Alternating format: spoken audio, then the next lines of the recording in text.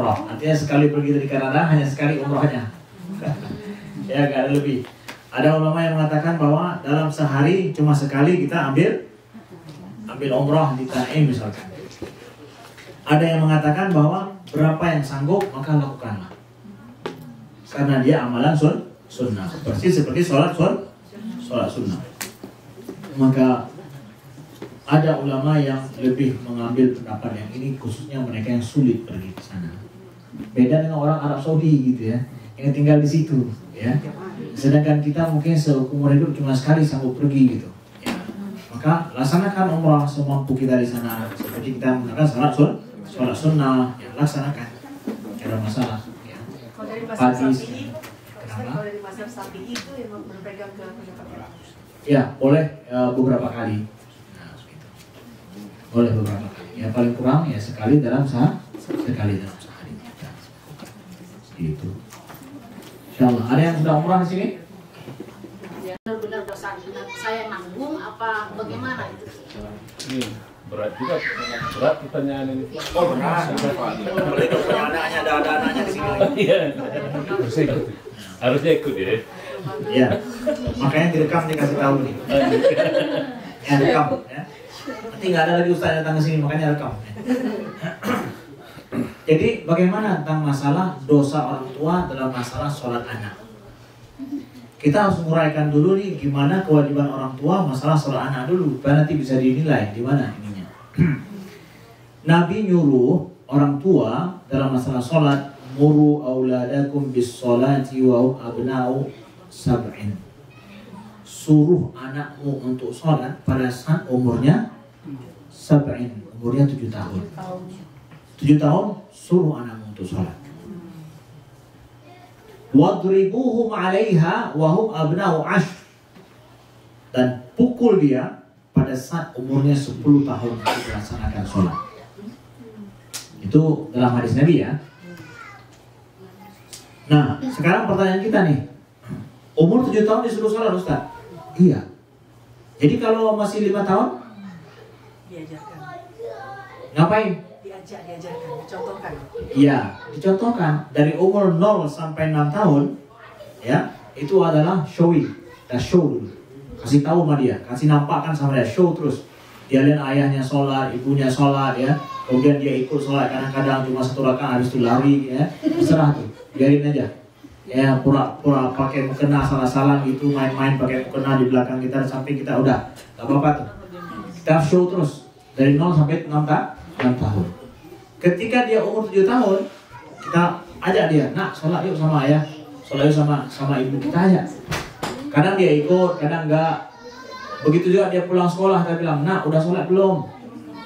Kita ajak tuh, namanya mengingatkan dia, ajak dia untuk sholat, ngajak.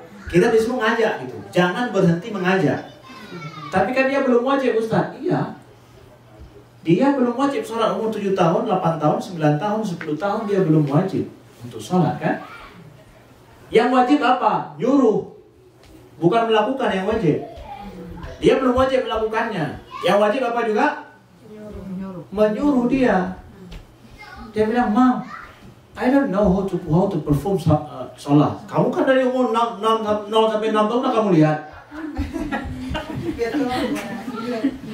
Ini yang jangan umur 7 tahun dia baru mulai sholat. Ayah nggak pernah sholat. Salah orang tua itu. Ah, ini salah orang tuanya berarti.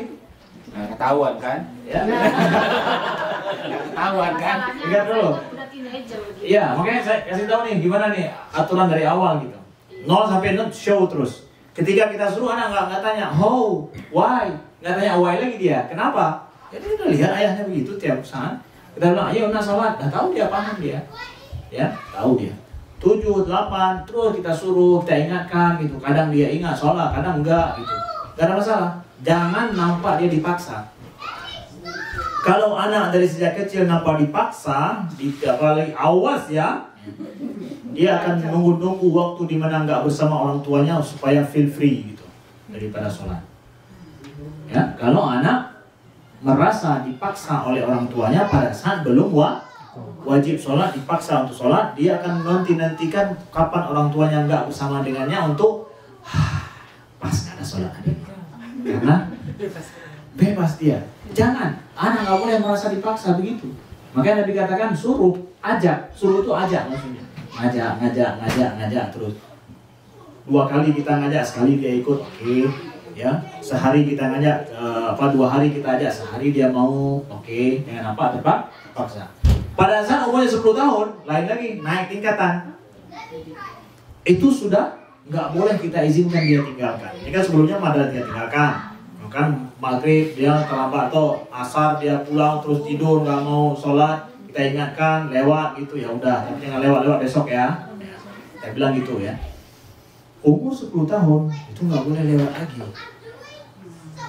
Nggak boleh lewat kamu 10 tahun. Ini udah 10 tahun. Mama udah dari umur kamu dari sejak kecil, dengan ayah udah kasih nampak kamu, suruh kamu sholat terus. Ini sudah 10 tahun ya, nggak boleh lagi tinggal-tinggal sholat. Ya. Pukul kata Nabi ini pukul apa? Pukulan yang sifatnya tidak melukai, tapi dia tuh ayahandanya marah dengan ibunya. Ya, kalau dalam bahasa Nabi itu, Nabi ambil satu sepanjang ini daripada kayu siwak, ya, itu gosok gigi itu, sepanjang ini itu Nabi pukulkan, seperti itulah. Ibaratkan kita tegur gitu, kita tegur dia. Ya, dia tahu ayahnya marah, gitu. Ibundanya marah karena dia meninggalkan sholat.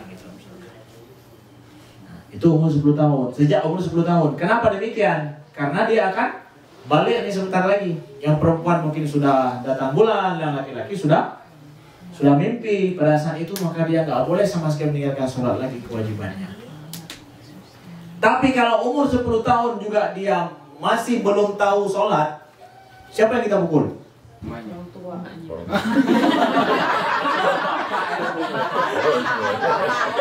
Bapaknya. Ya, betul, bagus. Kalau 10 tahun si anak-anak itu masih meninggalkan sholat, suruh pukul. Tapi kalau 10 tahun nggak tahu dia cara sholat, siapa yang kita pukul? Bapaknya kita pukul, bapaknya pukul mamanya gitu. Pukul-pukulan. Iya. Nah, kalau 43 tahun gak sholat, Pak, yang dipukul siapa? Ya, gitu. Enggak mungkin kan? Ya. Nah, jadi Mas kembali kepada pertanyaan tadi, kalau anak meninggalkan sholat, siapa yang tanggung, Ustaz? Dosanya. Kalau ibu sudah memulai seperti yang saya jelaskan itu, dia yang tanggung. Oke. Kenapa? Ya kita udah lalui semua itu loh prosesnya. Tapi kamu masih meninggalkan. Why? Itu pilihanmu berarti. Itu pilihanmu berarti, Kak. Ayah dan bunda udah. Biasanya yang cari bayaran, yang harus catat alamat siapa itu? Orang yang berutang sama kita atau kita yang berutang sama dia? Nah, jadi dia nggak mau bayar. Saya ikhlaskan, Ustaz. Apa jadi sedekah? Gimana itu?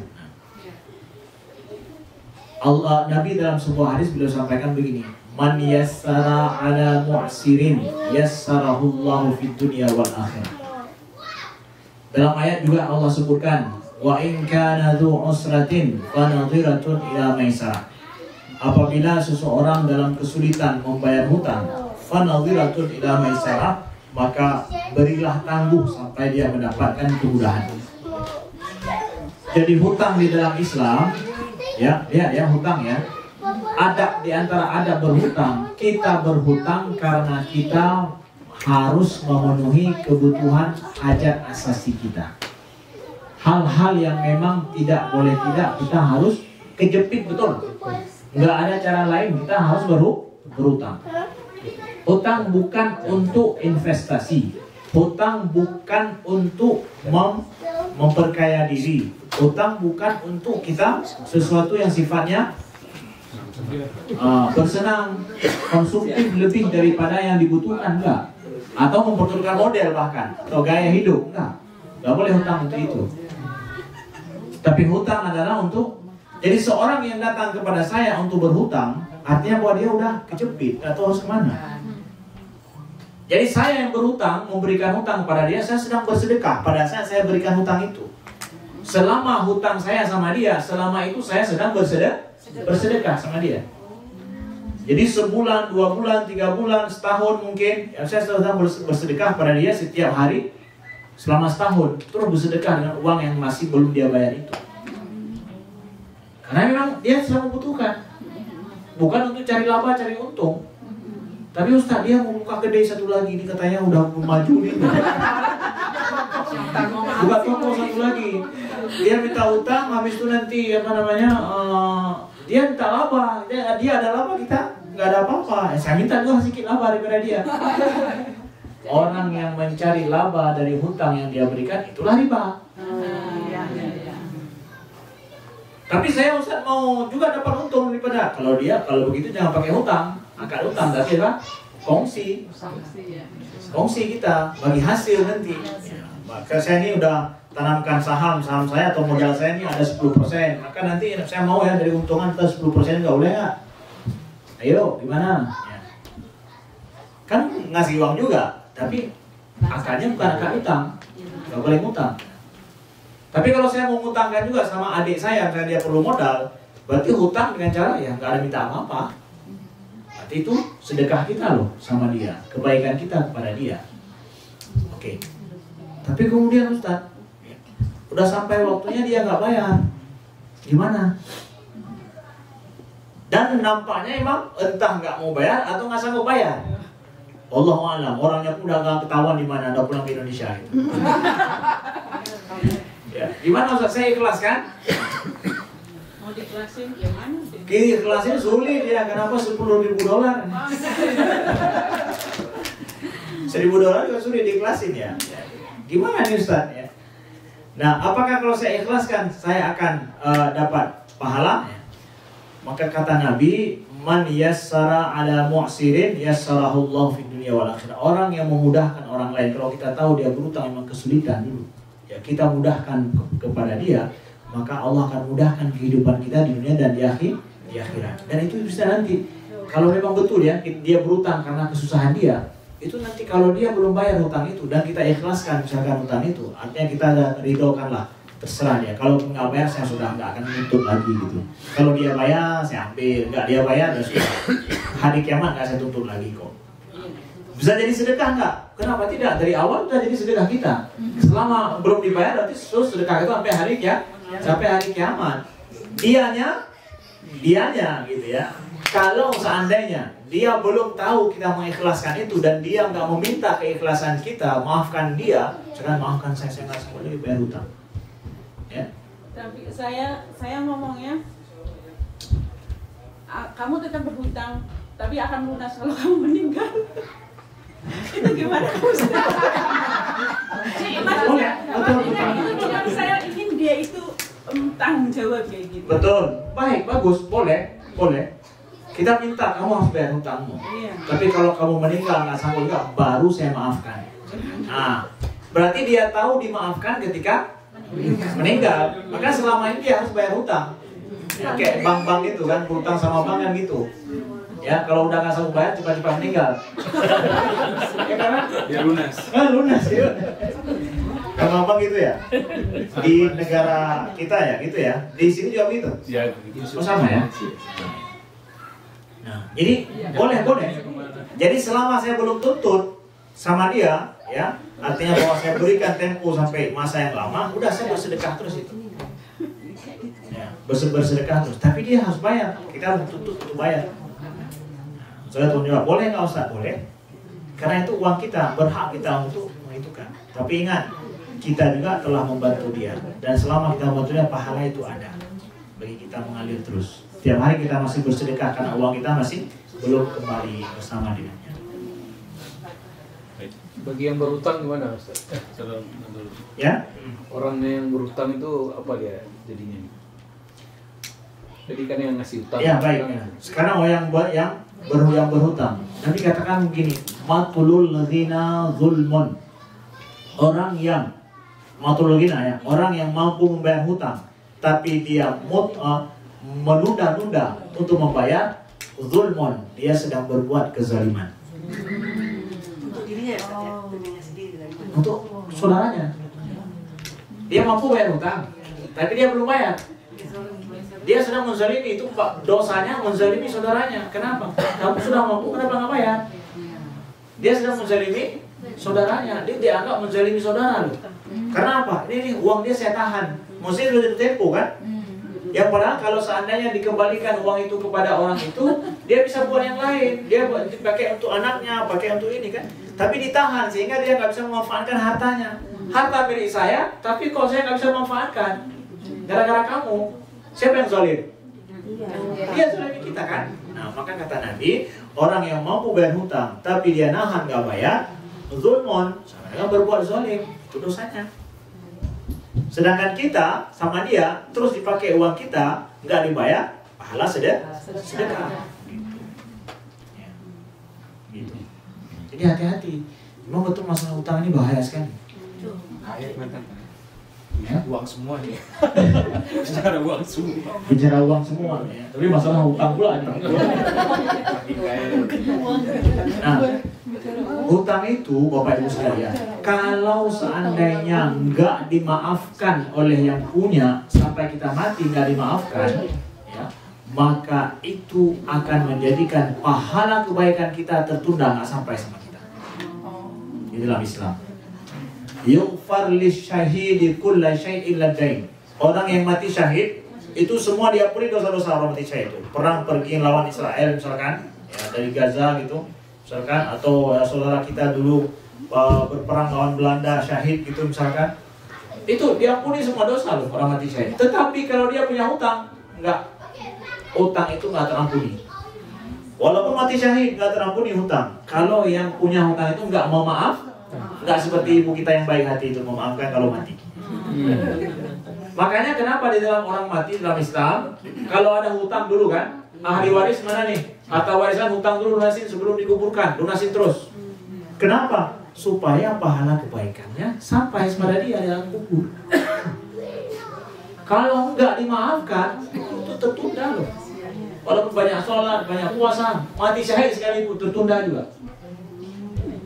Makanya nggak bisa main-main dengan hutang. Yang harus mencatat alamat siapa aja. Yang berhutang. Hutang, catat itu namanya, jangan sampai kita nggak tahu alamatnya kemana nanti, mau dibawa kemana uangnya. Kalau dalam bahasa Melayu kami ini sering dibilang apa? Nyambung silaturahim, ya. Menyambung itu artinya kan nggak dibiarkan terputus kan? Atau menyambung itu maknanya sudah lihat terputus. Ya, orang menyambung karena udah kelihatan terputus maka dia sambung lagi, dia lengketkan. Makanya kata Nabi, ini dari hadis Nabi, diambil kata-kata menyambung itu. Laisal wasil, wasil itu adalah orang yang menyambung. Bukanlah dianggap orang yang menyambung bil mukafi. Menyambung silaturahim itu bukan dengan mukafi. Mukafi itu apa? Yang kalau dia berbuat sesuatu, saya akan balas. Dia nanya, saya nanya. Dia kasih, saya balas kasih. Ya, dia tersenyum, saya senyumin. Dia salam, ya saya salamin. Kata Nabi, nyambung silaturahim itu bukan begitu. Lalu apa juga? Walakinnal wasil. Tetapi yang dikatakan wasil itu adalah man idza qata'ahu wasalahu, yaitu orang yang apabila diputuskan dia yang menyambungnya. Make sense kan? Yang orang menyambung silaturahim itu adalah man idza qata'ahu wasalahu, yang kalau diputuskan dia nyambung. Kamu putuskan, saya sambung. Diputusin lagi, saya sambung lagi. Itu nyambung silaturahim. Sehingga ada seorang yang datang kepada Nabi, tetangga, ngadu sama Nabi, ya Rasulullah, aku punya seorang tetangga yang apabila aku berbuat baik kepadanya, dia balas dengan keburukan. Yang aku selalu membantunya tapi nggak nampak sama dia. Sakit nggak tuh? Kita bantu tapi nggak nampak sama dia. Bahkan dibalas dengan iya, sakit nggak itu? Lalu apa kata Nabi? Nah, lalu para sahabat tanya, ya Rasul, apa yang harus aku buat? Kan ini orang putusin kan? Kita sambung dia putusin gitu. Apa kata Nabi? Kalau betul apa yang kau katakan itu, faka'annama tasifuhumul mal. Kalau memang dia seperti engkau katakan, bahwa dia nggak menghargai orang bantu dia, udah dibantu bahkan dianggap tidak ada gitu ya, disambung, dia putusin gitu. Kata Nabi, selama dia seperti itu, maka dia seperti sedang memakan, bukan, dia sedang memakan pasir. Kalau dia dibantu nggak nampak, diputusin, disambung dia putusin, tetangga ya, dibantu nggak nampak sama dia, bahkan membalas sesuatu yang tidak baik gitu. Kata Nabi, orang yang seperti itu, kalau terus dia seperti itu, seperti orang yang terus menerus makan pasir. Coba bayangkan, apa maksud Nabi? Makan pasir, kan panas pasir itu, batu. Semakin terus dimakan, semakin membinasakan. Membinasakan siapa? Diri sendiri. Jadi kalau kamu terus dibuat seperti itu kamu gak usah khawatir. Dia itu sedang makan pasir, dia membinasakan dirinya sendiri. Jadi kenapa kamu yang justru marah sama dia? Dia lagi makan pasir sendiri, dia membinasakan dirinya. Ya, jangan kita justru ingin memutuskan, bukan. Maka kata Nabi, silaturahim justru sama kita itu adalah kalau seandainya ada yang memutuskan, kita nyambung, itu silaturahim. Tapi kalau kita lagi baikan gini, saya diundang sama Pak Admiral, besok saya undang ke rumah saya, besok saya undang lagi, itu mukafi namanya, itu lagi jaga gitu. Emang gak ada masalah apa-apa kok kita. Justru sekarang yang jadi challenge-nya apa? Udah lama saya gak pernah ke rumah dia. Udah lama dia gak pernah ke rumah saya. Udah lama dia, ya saya akan berangkat ke sana. Itu namanya menyambung, karena saya terputus. Itu yang disuruh sama Nabi. Makanya pahala silaturahim itu besar. Karena apa? Ada susahnya gitu. Kalau ngasih balik kasih ya enak sekali gitu kan. Mudah itu, siapapun bisa. Maka akhlaknya adalah, nah inilah akhlak namanya. Akhlak itu adalah kedalaman pribadi seorang manusia. Keluhuran batin seorang manusia.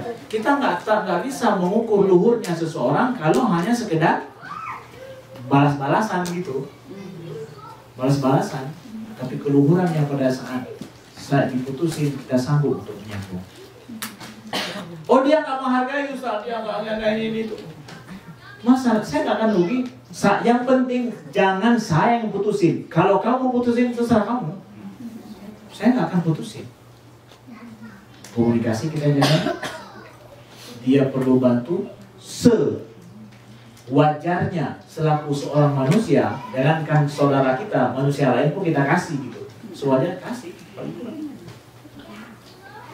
Ya, hari raya kita tanya, anaknya perlunya kita kirim apa gitu untuk anaknya, untuk ini itu, kita kasih untuk dia. Karena itu akan sangat memberikan pelajaran bagi dia. Tuh ternyata abangku atau adikku kalau begitu nggak terbantu dia, anaknya, istrinya, ya, gitu. Ya, itu keluhuran akhlak. Allah. Gitu. Jadi dari